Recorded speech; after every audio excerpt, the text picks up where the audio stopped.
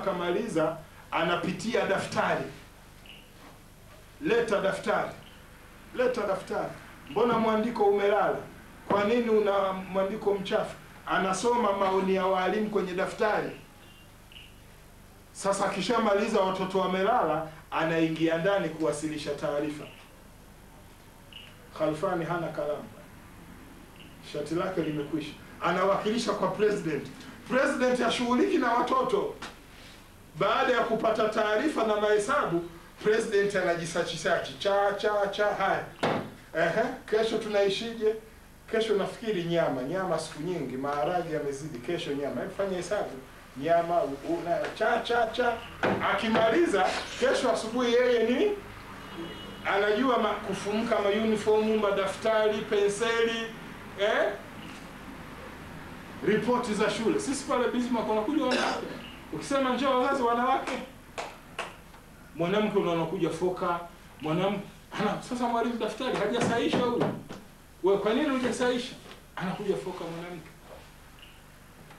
Serious.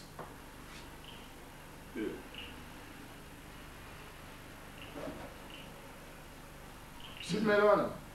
Sasa huyu mwanamke bwana ana kazi ya kulea hiki kizazi, kukilea kiakili, kukilea kiroho, kukilea kimwili. Kimwili ndio hii kwamba watoto wanaoga, wanavaa nguo safi, wanalala mahali safi. Nikisema mahali safi mbwana, sio lazima godoro liwe la sponji.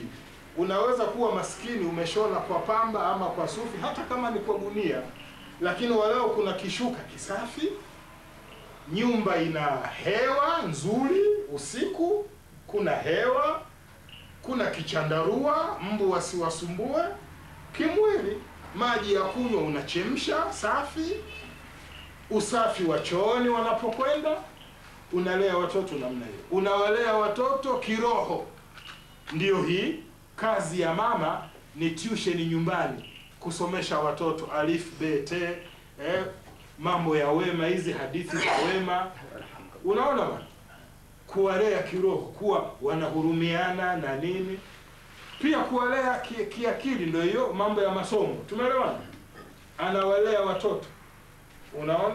Anakuja mgeni, anamwambia mwamkie huyu, msalimie, mwambie salamu alaikum. Yule mtoto anafundishwa kusalimia salamu alaikum. Mtoto mpaka inamuingia, akija mtu salamu alaikum. Na anafundishwa unampa mkono. Mtoto anafundishwa kula, anawekewa pale, anatazama.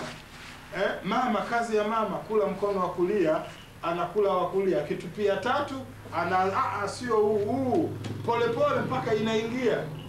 Tumeelewana? Unajua kuna kula kulia, kuna hiki, hiki haramu, hiki nini. Yaani kuna mtu yuko bize pale, yuko bize. Huyu hawezi tena kwenda ofisini akafanya haya. Hawezi kwenda sokoni akafanya haya. Haya unafanya mwanaume, unahakikisha vitu vinatimia, huyu ashughulike na hawa. Ndipo pale atajua mtoto hachezi na makundi mabaya, manake yupo. Tumeelewana? Huyu ni khalifa, kulea mtoto katika maadili.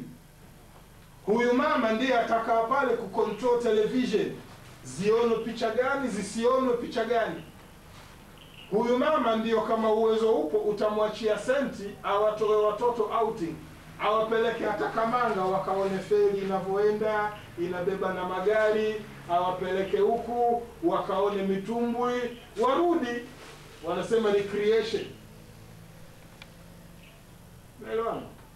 Baba bwana hana time. Baba ni kupata report na kumwambia mama hali halisi ya uchumi na kumsaidia fikra za kupunguza hiki, ongeza hiki, acha hiki, fanya hiki. Asubuhi hayupo. Tumeelewana? Ingawa na wewe baba utakuwa na role yako, lazima ucheze na watoto. Kwa kweli lazima watoto wakuone ni rafiki, wasikuone baba, wakuone a friend. Hakikisha watoto hawakuoni baba, wakuone friend. Unaonaje mtoto akifikia wewe kukutania? Baba ukusugua miguu na machacha, Akifikia hivyo anakuona wewe rafiki yake. Yani you are very simple. Ndipo mnaweza kuongea, akakueleza matatizo, very simple. Lakini kuna baba humu akisikika kwamba kakaribia nyumba. Kale. Hamjambo? Hatujambo, shikamo. Manyole njoo, mbona manyole machafu shaka. Hiki kizazi kina mambo mengi ya kulea mambo mengi. Tukifika malezi tutaona, tutakaa muda mrefu sana. Kuna mistakes nyingi zinafanywa. Watoto wetu sio rafiki zetu. Watoto wetu ni maadui. Uko sitting room, mtoto anakwenda chumbani kwake. Hakai pale, anajua nikikaa patazuka lolote la kuzuka. Anakwenda sitting room. Ukimfuata kule, ukikaa pale, anatoka, anahamia huku. Hakai na wewe, hafeel salama kuwa na wewe. Subelewana. Unaingia, watu wako sitting room, unaingia wananyamaza. Unaingia ghafla wananyamaza. Mtu alikuwa anacheka yeye.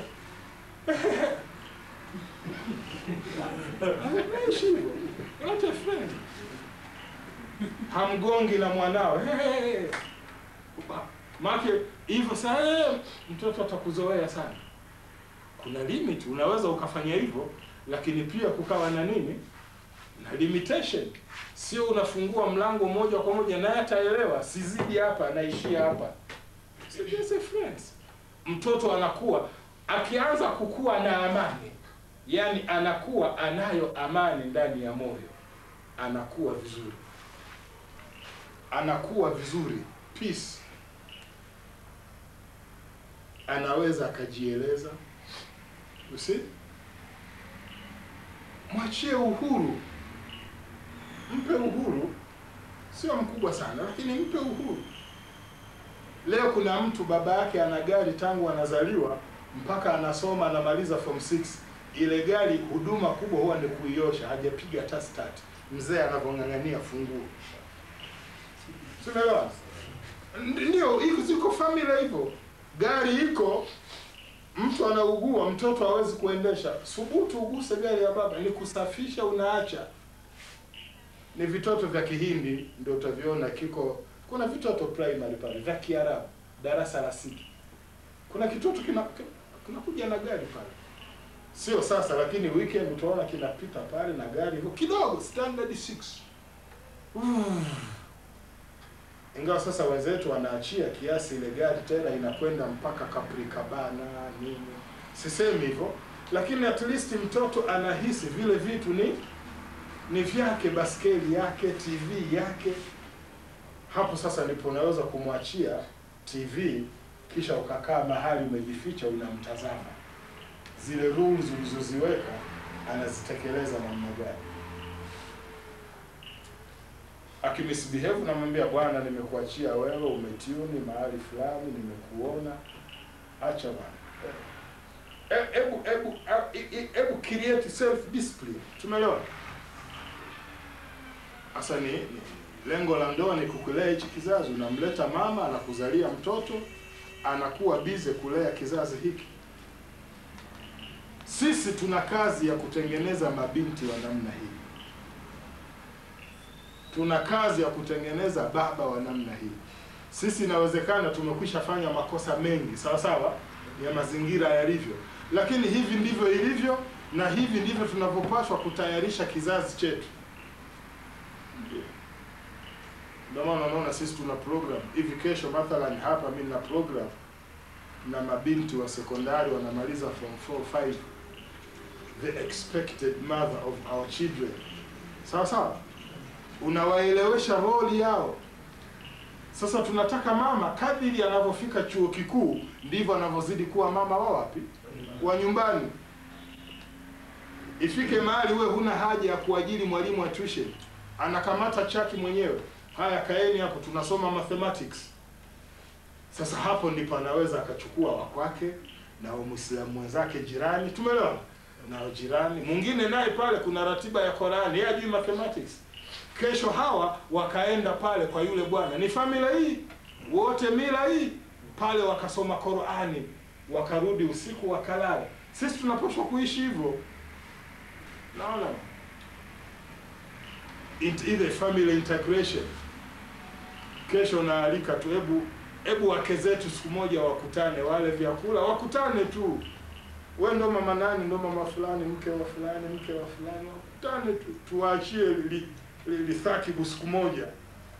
Wakutane tu humu, waulizane na nini. Family integration. Sasa lengo la ndoa ni malezi.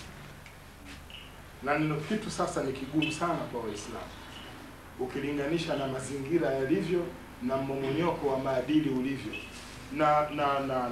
na loophole zilizoko kwa wake zetu. Leo mama nyumbani anaona bora matoto yakacheze huka, bora yaende basi, yamepunguza kelele. Yakiwa hapa mna kusikilizana. Mimi nilikuwa ninazungumza na kina mama wa darasa hili juzi ama jana. Nawaambia hivi, fanyeni research. Amkeni saa 12. Tembeeni mitaa ya Mtakuja, Uhuru, Rufiji, Liberty, sijui Bantu Street, mitaa ya town center. Tembeeni tu, mtakuta saa 1 kasorobo mama wa Kihindi ana vitoto vyake anasubiri gari. Pale kuna mama wa Kihindi, sawa sawa, ana vitoto vyake vinasubiri gari. Tembea mama wa Kihindi 12:30 yuko na vitoto barabarani, anasubiri usafiri upitie. Wake zetu hajui mtoto ukosi umekaaje, na wewe ni mwende na wewe ni hajui safi, hajui viatu vimefungwa, anapiga usingizi. Fungueni tu mlango, rudisheni, msipachike komeo, rudisheni. Hana habari, hawezi ile assignment ya kuamka saa alfajiri kutayarisha hawezi. Leo unakuta Bismarck mtoto anakuja mchafu. Mimi huwalopoa watoto wa Kiislamu. Ita wazazi wao, unagundua kabisa. Mzazi anakuja, mama, hebu mtizame mtoto. Wewe, lile shati mbona nilikuwekea pale, kwa nini? Nilimwekea shati safi. Maana alimwekea kwa leo, anamwagiza shati, maana asubuhi asimsumbue kuamka. Sio, umeelewa? Pale Bismarck tuna experience mambo mengi. Kweli shati safi, lakini kesho ili acha utavaa ili natundika hapa, unaona ukiamka tu unachukua hapa. Maana yeye haamki. Mtoto anaamka kisha sahau kama kuna shati, anapitia lile lile. Hana time. Watoto no, tendeni, fanyeni research. Fanyeni research. Watoto wa Kikristo wanakuja very smart. Kwa nini huyu anakuja smart?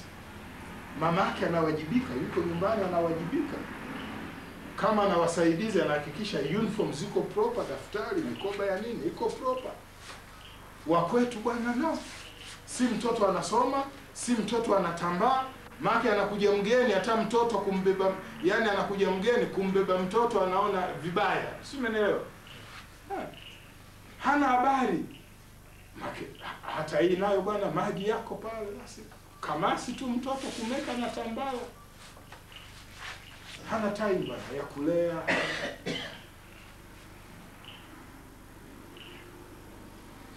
Sasa ni kazi kwamba ndoa ni kulea kizazi cha mwanadamu. Kila mtoto anayemuona ni khalifa wa Allah. Anakusudia siku moja aje achangie katika kusimamisha dini ya nani? Ya Allah subhanahu wa ta'ala. Sasa ni kazi. Ni kazi. Wakati mwingine hatuna matatizo makubwa sana ya uchumi. Hatuna matatizo makubwa sana. Na hili nalo ni sehemu ya Islamic family. Ikifikia ndugu yangu Pazi, tamuomba hii sehemu aifanyie kazi sana. No? Home economy. Home economy. Kuna ndugu yetu mmoja alisema hawezi kuoa manake maisha magumu, atamlisha nini? Akakaa na watu wakampa home economy. Uchumi wa nyumbani 500 itoshe. Tunafanya hivi na hivi, sasa kumbe 500 inatosha. Sio, umeelewa? Home economics. Leo watu wana maisha magumu, extravagance, israfu ni kubwa. Mtu kabisa anamwambia mkewe sina hela, lakini kabakisha hela ya chupa 2 za pombe. Hawezi kulala bila kushtua. Lakini kama uchumi wa watu ungeenda katika mambo muhimu, kula, kulala, kuvaa, mtu anapoteza 1000 kila siku au 500 kwenye sigara. Kwa mwezi 500 mara 30. Shinga 1015. Hebu ona. Lakini unapotoa 200 kwenye sigara ni ndogo, lakini kwa mwezi ni 1015. 1015 imelipa umeme, imelipa maji. Kelele za upangaji hazipo. Tumeelewa? Lakini wewe umeivuta. Umeichoma yote.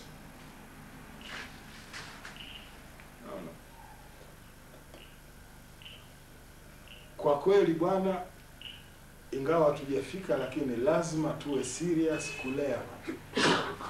Mimi nime experience watoto wa Kiislamu, tuna kazi kweli ya pale shule. Unaandika comment, unamwambia fika mama atazame. Mama atazame, hana muda. Nilifanikiwa kuvamia mahali fulani, ni mtoto alikuwa na problem, ikabidi nimfuatilie kwa mama yake katika kuzungumza. Nimempa assignment, amekwenda na nini. Watu wako kwenye jahazi, mizengo ya zembwela, shughuli zote zimekufa. Lakini sisi pia hatutakiwi kukaripia wake zetu, tuwa train. Hizi darasa ukifika, leo unafanya darasa lako chumbani, ni kumtrain, ana change. Ni kutrain. Ni kumuonyesha lile lengo lake lilivyo kubwa. Hawa ukiwa train wana change. Wanabadilika. Kweli anakuwa serious, anakuwa attention. Anabadilisha watoto, anafanya nini? It's their role, ni kazi yao. Lakini sisi wote nasema hizi ni kanuni, lakini wallahi sisi wote tunaishi maisha ya dharura. Tunaelewa? Wote dharura. Wake zetu wanatoka asubuhi wanarudi jioni. Kazi ya kufuatilia kwa masaa 2-3 wamelala. Dharura tupo, vipato havitoshi, majukumu mengi. Lakini kwa kweli tunapaswa kujenga nguvu za uchumi. Tumeelewa? Kuwe na attention ya watoto. Fanyeni utafiti maisha ya Wahindi hao. Na sisi alhamdulillah Wahindi wengi jamaa zetu wa karibu. Kwa kweli bwana, unaenda kwa Muhindi, sisi tunaingia nyumba za baadhi ya Wahindi, unaye kweli hii ni familia. Ukimuuliza mtoto kati ya baba na mama nani mkali, anasema mama. Baba na mama nani mkali? Mama. Unajua mama ni responsible.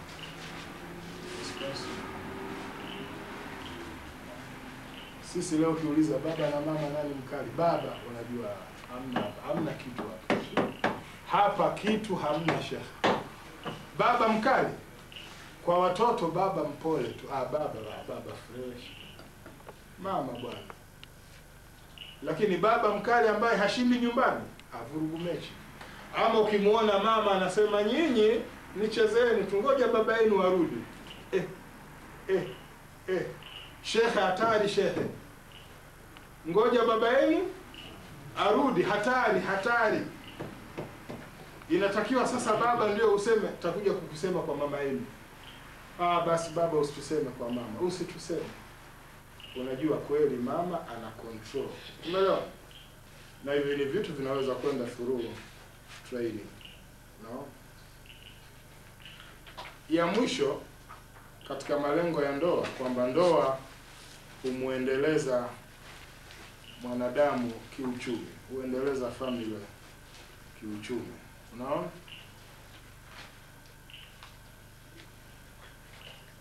Tumeelewana vizuri?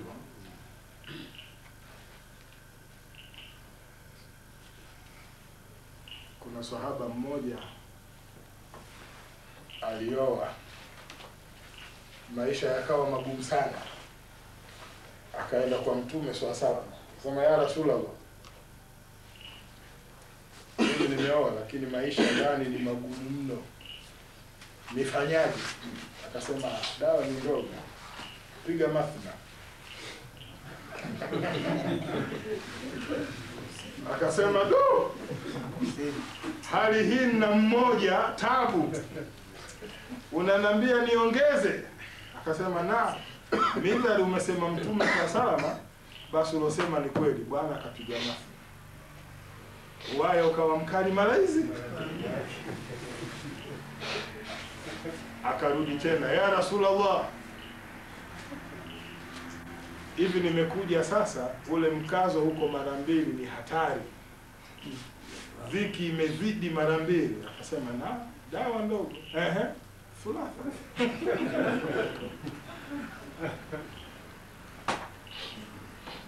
Unaona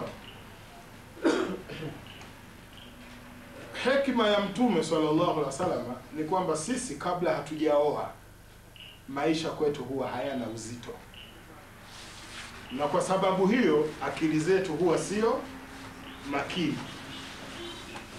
Utachezea pesa, utakwenda mpirani, utakwenda Salmakoni pale, utapoteza 10,000, chipsi tu na kuku, sawa sawa. Pesa ipo, utafanya nini? Lakini manake wakati mwingine kama jiko kwako halitawaka, utapita kusalimia jamaa zako. Utatembea tu sasa mshuko wa magharibi, unaona basi niende kwa fulani, unakwenda salamu alaikum, siku nyingi ya kutembeleani, amji kwangu mpaka mimi nakuja kwenu, mmekaa tu. Uislamu gani? Maana utawatoa mpaka Uislamu, halafu utajidai unaaga vile, maana unajua watakachokwambia. Basi mimi nimepita tu, maana yake ukima umezidi na kwenda zangu. Sheikh wanapika bwana, mimi wanapika bwana, sema haya basi, acha nikae. Siku imeingia hiyo, sawa sawa, siku ndio hamna mazuri, siku imeingia hiyo. Lakini bwana, ukishaoa lazima jiko liwake, lazima jiko liwake. Na ukipata mke mwenye akili, humpeleki kwa ndugu yako yoyote. Mwenye akili humpeleki kokote. Atakwambia shekhe, kama haiwezekani nirudishe kwetu, kwa ndugu yako yoyote siendi. Maana yake lazima jiko liwake. Sasa ule utundu ule, ukisikia unaka 1000 mshikaki, unaka 1000 karanga, karanga, maana kwetu Tabora tunaita kapile. Yakipita machungwa, maana zipo hakuna bwana. Ndio maana inafikia mtu, wallahi huwezi ukaamini, mtu anakwambia hata uwezo wa soda 250 sina chef. Soda hana uwezo, hana kweli, maana 250 anazihitaji, ndio fungu la mkala leo. Bila hizi hakuliki. Wewe unamwambia habari ya soda? Umeelewana? Ndipo atajua kuna kuugua, akaanza kuweka akiba. Ndipo atajua kipato hakitoshi, akaanza kufungua kioski. Mama yuko nyumbani lakini anapima mafuta ya taa, fungulia kiboksi. Kama si wewe, mama mwenyewe ataona maisha hayaendi. Pengine bila ruksa yako utakuta katimka na mandazi asubuhi, anayoweka nje pale mandazi. Tumeelewana? Alimuradi pressure ile ya maisha, it will make you, itakutengeneza. Na watu wengi wanatengenezwa na pressure ya maisha. Nilijaribu kufanya utafiti mdogo, si mkubwa sana, nikakuta 80% ya watu waliojenga nyumba walijenga nyumba baada ya kusimangwa. Mnachafua tu. Kama rais sijenga yako, lione matoto bwana, ya matoto bwana. Mtu halali linampekecha matoto. Hivi huyo alijenga nyumba malaika? Watu wamejenga hivyo 80%. Chimbwa mkwala na mwenye nyumba kweli kweli. Naona bwana, mimi sikulazimishi bwana, kama rais na wewe atoa tofali, sijenga. Jenga. Hasa ugumu wa upangaji huwa wanaupata wanawake, ndio anaishinda nyumbani. yeye ndo atatukanwa, yeye ndo atakashifiwa, yeye ndio ukirudi anakwambia bwana tuhame, mimi sishindi kwa raha hapa, huyu mama ananipelekesha vibaya. Unashatua as 8 wamehama hivi. Jenga nyumba yake anahama. Ukimwona nguvu msukumo ilikuwa ni sawa bwana, mikwala ya kupanga tabu. Yaani nitoke kwenye moto huu niende mwingine, hapana bwana. Huu ndio mwisho. Ndio maana mtu anaweka chumba hiki kimoja anahamia. Chumba hiki kimoja na watu wamehamia chumba kimoja, baba, mama, watoto wote wanalala na suruali.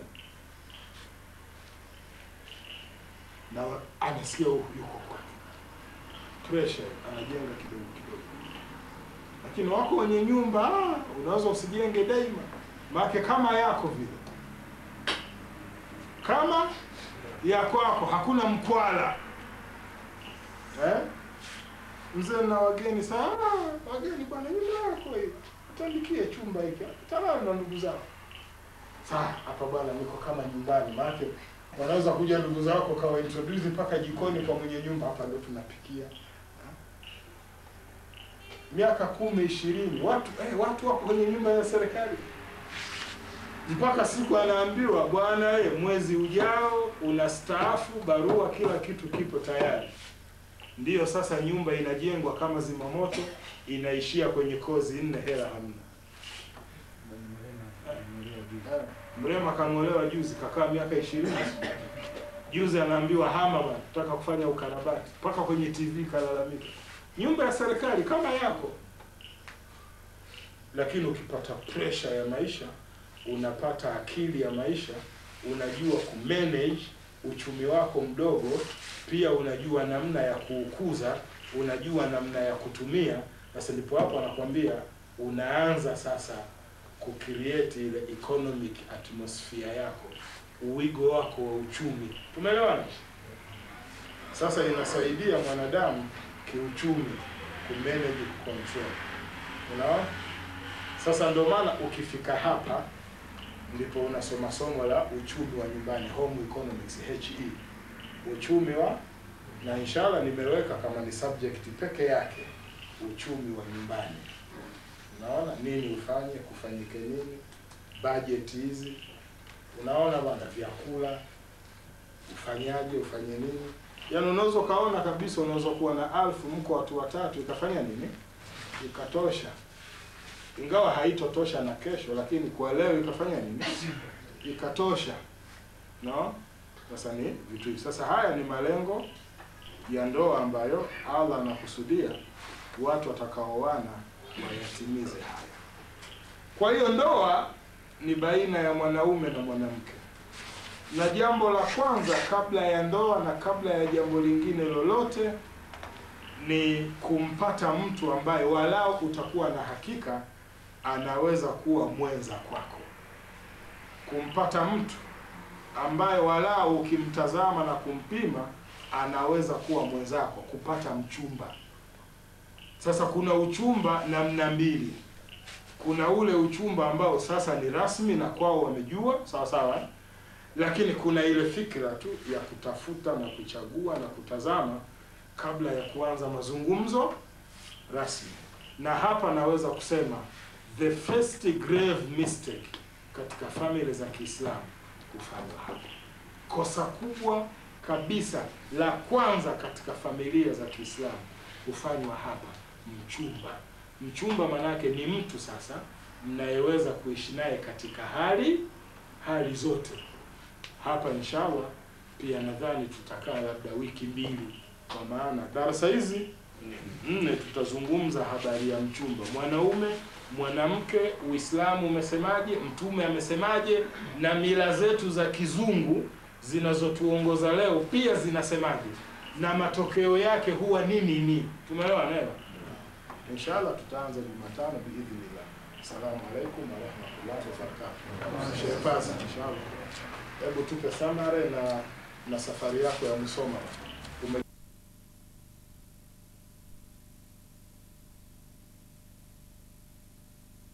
Maana juzi nilihudhuria harusi moja ya mtaalamu mmoja wa elimu ya mwongozo. Kwa kweli baada tulivyofanya ndoa nikapata fursa ya kutoa neno pale. Sasa nilipofika mtaani kupewa kwamba ile ni ndoa ya 4, kwamba maana unaoa unaacha, naoa naacha, kwa kweli nguvu zikaisha. Sasa kwamba lengo ni kukuza uhusiano na udugu. Sasa ni nini ni ndoa? Sasa nadhani tunajua kuna talaka. Sasa talaka maana yake ni kinyume chake. Sasa zile koo zote ambazo ustazi ametukumbusha umeziunga, sasa kwa kweli unapotoa talaka maana yake wale wote umeshajenga chuki. Sasa kwa kweli inasikitisha, kwa kweli Waislamu wengi swala hili la talaka tunaliona kama ni masihara. Nukta nyingine ni hapo uliposisitiza kuhusu usingizi. Kwa kweli tunajifunza katika elimu ya mazingira kwamba watu kwa kweli wakiwa na tabia ya kulala mchana, hasa baada ya kupata chochote tumboni, ni kwamba mishipa hii ya binadamu ni sawa sawa na mabomba ya maji, kwamba yanapitisha, hasa kama haya mabomba ya plastiki. Sasa inafikia mahala yanachoka, yanaweza yakapasuka. Sasa pia mishipa ya binadamu inapitisha damu. Sasa kama mtu hapati muda wa kutosha wa kulala, ndio pale unatokea kwamba mtu amekufa ghafla, mishipa imepasuka. Sasa kwa kweli usingizi katika faida kubwa kabisa, elimu ya mazingira inasema unapumzisha mishipa ya damu. Lakini wanasayansi wanasema hawajui hasa kwa nini mtu analala, na hiyo tunasema chemistry ya kulala kwa kweli wanasayansi bado yani hawajaigundua. Lakini faida ni hiyo, iko wazi kwamba mtu ukilala basi unapata muda wa kutosha wa mishipa nayo kuweza kupumzika. Na mtu mzima inapendekezwa kwamba apate masaa 6 mpaka 8 kwa siku. Alafu watoto wadogo hawa, hasa wale wadogo wadogo kabisa, masaa 16, na kadiri yanavyokuwa yale masaa ya kulala yanapungua. Lakini pia sasa kuna watu wengine wanalala kupita kiasi, hata swala za alfajiri inakuwa mtihani. Au kufanya kazi inakuwa mtihani. Sasa hii kwa kweli ni kinyume na mafundisho.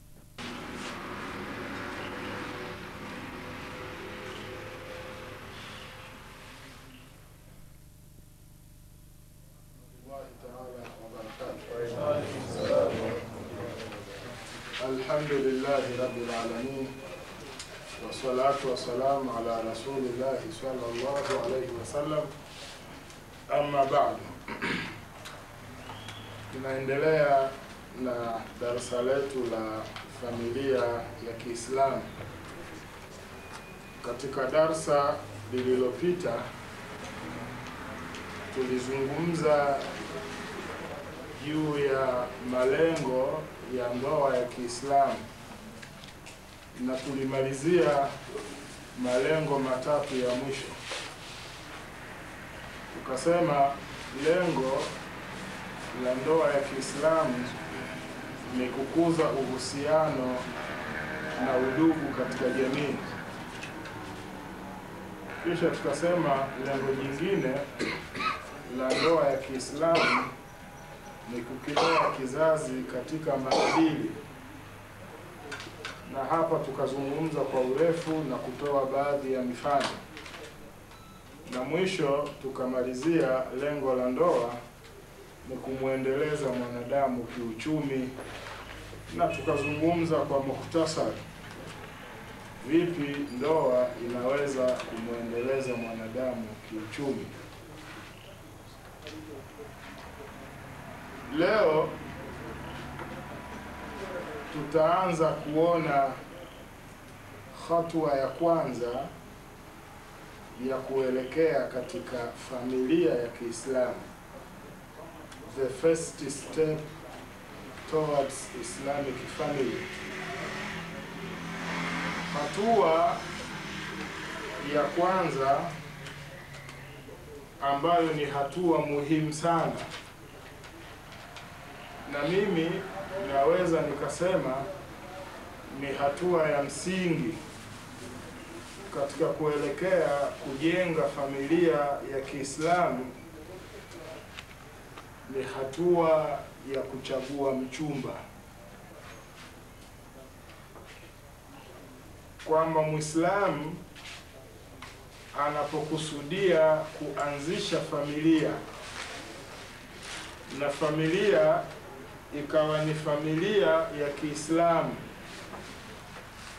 basi la kwanza na la muhimu na lililo na msingi ni kuchagua mchumba. Mchumba ni mwanaume au mwanamke ambaye anatarajia kuoa ama kuolewa. Mchumba ni yule binti ama mwanamke ambaye anatarajia kuolewa, ama anaweza kuwa ni yule mwanaume kwa yule binti anayetarajia kumuoa. Kwa hiyo uchumba ni hatua ya kwanza ya kuelekea katika familia ya Kiislamu, lakini ni hatua muhimu sana na ni hatua ya msingi sana na ni hatua nyeti sana. Ukifanya makosa katika hatua ya kuchagua huyo unayetarajia awe mkeo ama huyo unayetarajia awe mumeo, ukafanya makosa katika uchaguzi, basi utakuwa umeanza msingi mbovu wa kuelekea katika familia ya Kiislamu. Na familia ya Kiislamu itakayopatikana itakuwa ni familia mbovu, na Uislamu hautanufaika chochote na ndoa yako. Kwa hiyo msingi mkubwa towards creating an Islamic family ni hapa katika kuchagua mwenza. Na takriban Waislamu kwa asilimia kubwa makosa yao katika familia zao yameanzwa na kosa walilolifanya katika hatua hii ya mwanzo, hatua hii ya awali ya kuchagua mchumba. Wale wote ambao hawajaoa lakini wanatarajia kufunga ndoa, wanaume kwa wanawake, naomba wazingatie hakika hii nitakayoizungumza katika hatua hii ya kuchagua mchumba.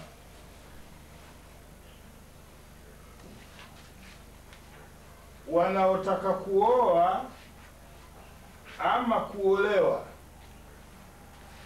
jambo kubwa na la msingi wanalopaswa kulitia katika fikira zao, la kwanza kabisa ni lengo la kuumbwa kwao na Allah subhanahu wa ta'ala, na jukumu ambalo Allah subhanahu wa ta'ala amewapa watekeleze katika maisha yao ya dunia hii.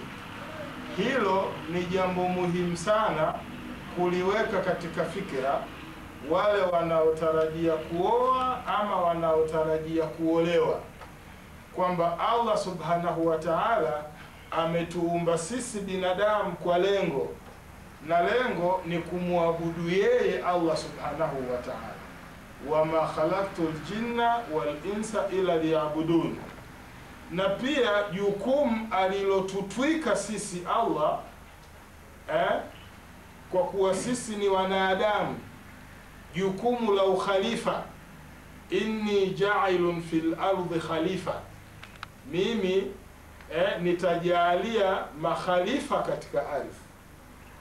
Sasa mtu unapotaka kutengeneza familia yako, jambo hili ni lazima liweko katika fikra zako, na ndilo jambo linatakiwa liwe kubwa kabisa na muhimu kabisa kwa yule umtarajiaye kuwa mkeo ama mmeo. Fikira hii inapaswa kuzingatiwa. We have the mission, we have the responsibility. Tutafanyaje katika hili ninalokusudia kulifanya?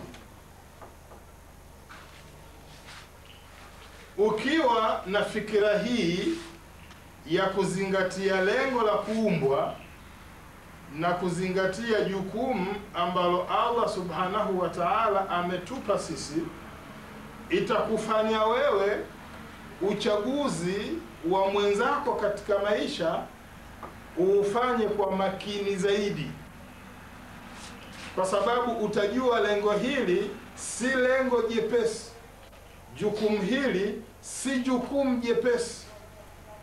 Kwa hiyo itakufanya uchaguzi wako utakuwa ni uchaguzi wa makini, utakuwa ni uchaguzi wa kuzingatia kwa huyo unayetarajia baadaye atakuja kuwa mmeo, atakuja kuwa mkeo. Makosa ambayo aghalabu jamii ya Waislamu hufanya katika kuchagua mchumba ama katika mipango yote ya ndoa, suala la ukhalifa wa mwanadamu katika ardhi huwa ni suala halimo katika akili yao. Hili ndilo kosa kubwa ambalo sisi tumefanya, na si katika ndoa tu, mambo yetu yote tuyafanyayo, fikira ya ukhalifa huwa haipo katika fikira zetu. Kinachotangulia mbele ni maslahi yetu, maslahi ya kibinafsi, ni zile raha na starehe zetu. Hivi ndivyo hutusukuma, ndivyo hutuongoza, na ndivyo hututumbukiza katika matatizo.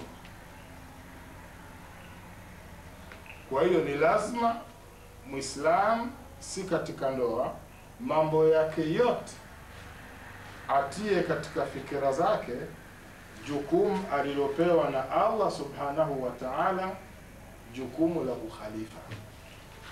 Sasa hii itakufanya wewe uwe makini katika kumchagua huyo mwenzako ambaye mtashirikiana naye katika maisha.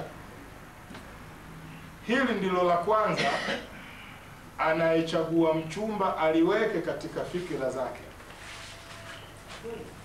La pili ni kwamba anamchagua mtu watakayeishi naye, watakayeishi pamoja.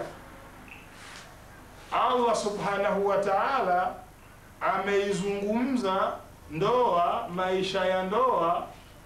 Allah akasema itakapofikia ndoa kufungwa, basi hunna libasu lakum wa antum libasu lahunna, wao wanawake watakuwa ni vazi kwenu na ninyi mtakuwa ni vazi kwao. Kama vile mwanadamu hawezi kuachana na vazi lake, ndivyo ambavyo katika maisha ya ndoa hawezi kuachana na mume wake, hawezi kuachana na mke wake. Tumeelewana? Sasa katika maisha yapo mambo mengi sana katika maisha.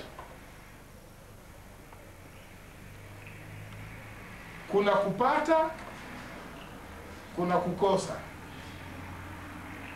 kuna udhaifu wa kibinadamu. Wote binadamu tuna udhaifu.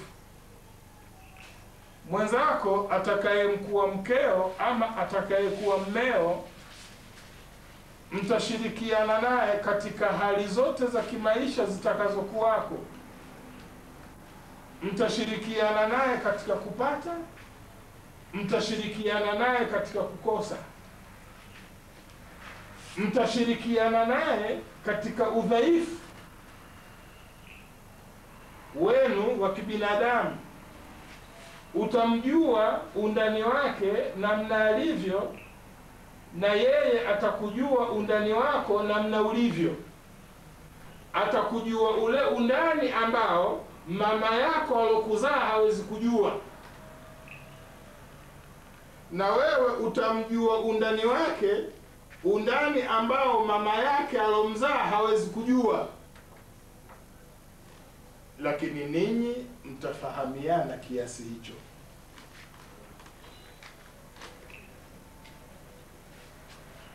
mtakuwa mnazo mali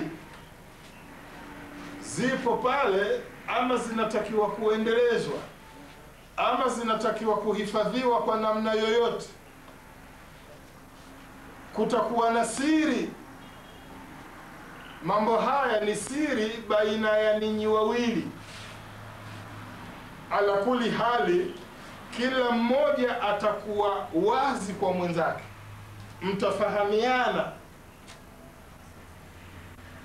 Sasa lazima upate mwenzako atakayejua yote haya. Umbile lake linalostiriwa na mavazi utaliona. Kipindi mnachumbiana hamlali yote, lakini mtajuana udhaifu wa kibinadamu. Utakuta mkeo pengine anakoroma sana, ama mumeo anakoroma sana. Utakuta pengine akilala anaweweseka sana. Ala kuli hali mtafahamiana. Sasa lazima uwe na mtu atakayeyaona yote haya na kuyakubali kama ni changamoto katika maisha, atakayeyastiri kwa wenzako. Tumeelewana kwamba atayaona yatabakia baina yako wewe na yeye, atayastiri, hatoyatoa nje. Wewe utakuwa yeye na yeye atakuwa wewe. Atabeba uzito wako, atabeba udhaifu wako, atabeba siri zako, atabeba kila kitu chako, na wewe kwake kadhalika utabeba udhaifu wake, utabeba siri zake, utabeba kila kitu chake. Sasa sharti upate mtu anayeelewa mambo haya, atakayehifadhi mambo haya, atakayekusaidia juu ya mambo haya, namna mtakavyorekebishana mambo haya, namna mtakavyotangamana. Haya mambo mawili ukitia katika mizani, suala la kumchagua mchumba linakuwa ni suala nyeti. Nyeti. Haliwezi kuwa ni suala la nusura hizi za kuvamiana. Hawa watu hawako serious, hawajui unyeti wa jambo hili. Maulidini, nakumbuka jitima yetu ilifanyika mwaka gani hapa? 98. Maamiri walikuwa wakitangaza tu, ndugu Waislamu, jioni kutakuwa na ndoa, kuna watu wameonana kwenye jitimai. Mmoja anatoka Singida, mwingine Musoma, mekutana kwenye jitimai, wanarudi wawili. You see, these people are not serious.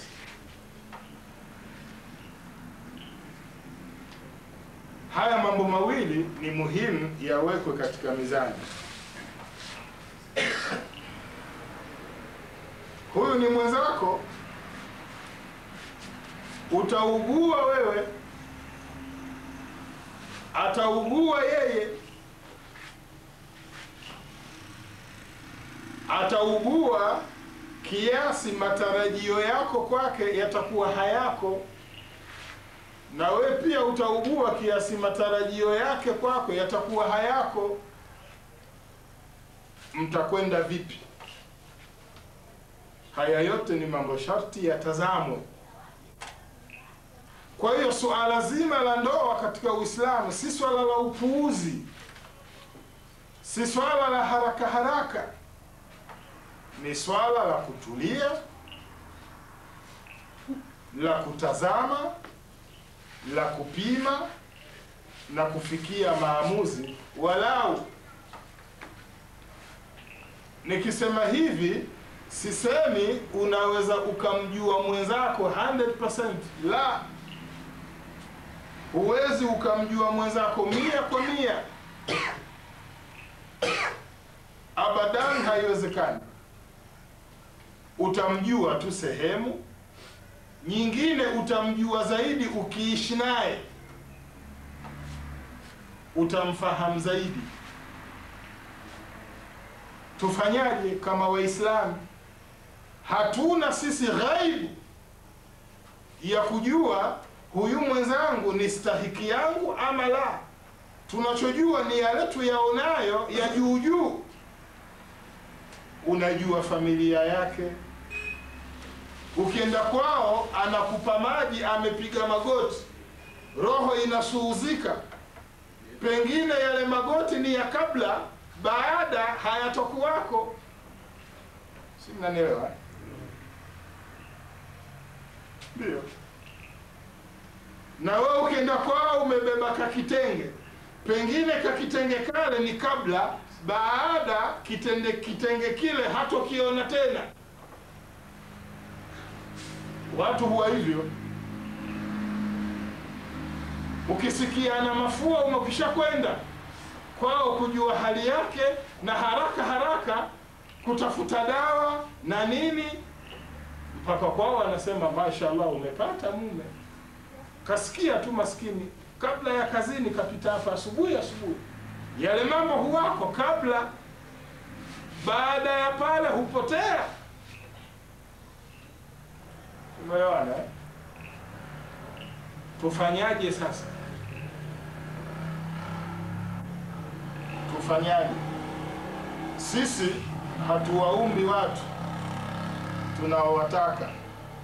Wote sisi ni viumbe wa Allah subhanahu wa ta'ala, na Allah subhanahu wa ta'ala amewaumba wanadamu anavyotaka yeye, si unavyotaka wewe, anavyotaka yeye. Amewaumba na makamilifu, amewaumba na mapungufu. Sisi kama Waislamu tuko serious kujenga Islamic family. Tunafanyaje?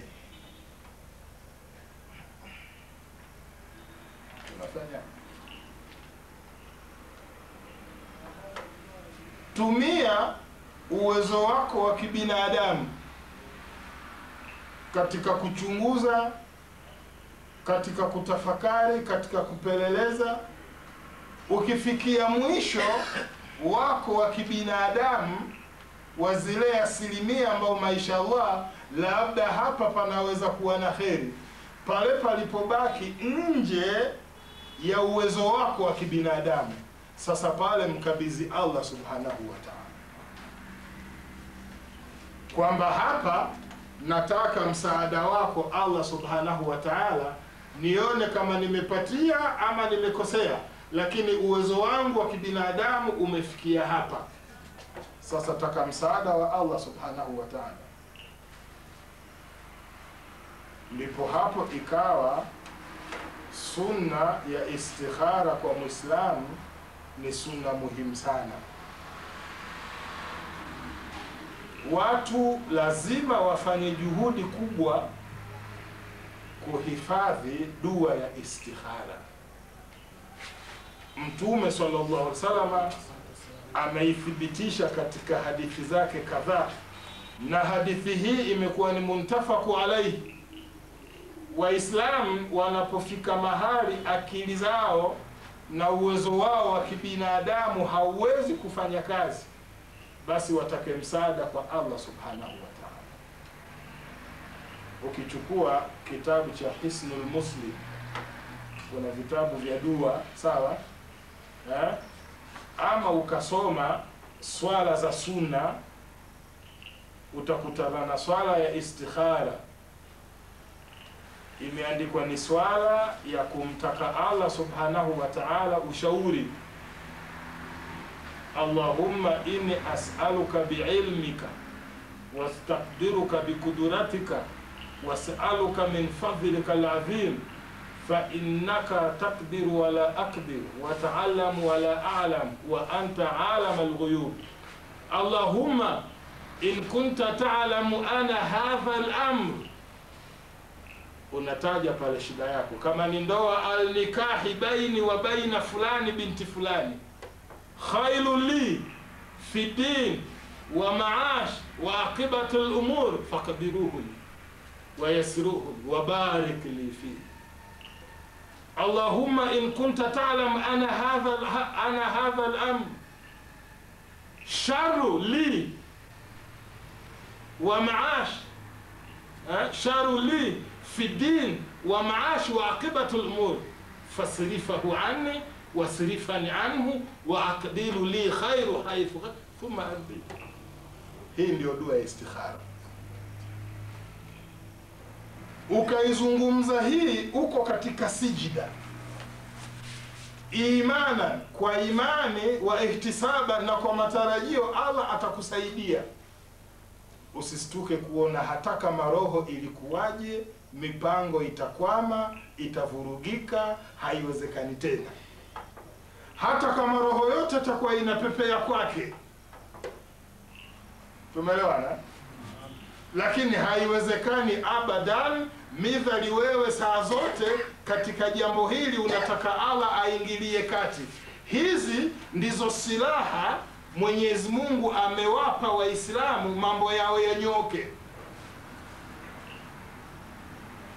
Si masala ya kwenda kwa mganga atazame tarehe za kuzaliwa, nyota imesimamaje. Umeelewana? Si masala hayo. 94 nimehudhuria harusi moja Zanzibar. Tuliambiwa ndoa inafungwa saa 6. Saa 5:30 watu mfike. Tukafika saa 5:30. Saa 6 inafika, hatuoni shughuli za ndoa. Mara pale kwa bibi harusi wameanza kukasirika. Bwana harusi asitufanye sisi, sijui wana maneno yao yale ya Kizanzibari, wasitufanye sisi sijui nini nini. Haiwezekani. Wallahi, akija hakuna kufunga ndoa. Saa manake imeshapita. Sisi tulimwambia saa 6. Kumbe wa kwa mke wameambiwa saa 6, wa mwanaume wameambiwa saa 8:30. Ndiyo nyota itakuwa imesimama. Mwanaume akioa 8:30 ndiyo atamtawala mwanamke, na mwanamke akiolewa saa 6 atamtawala mwanaume. Sasa mwanaume hakuja kuoa, wa kwa mke wanakasirika, ile saa ya kumtawala mume inapita.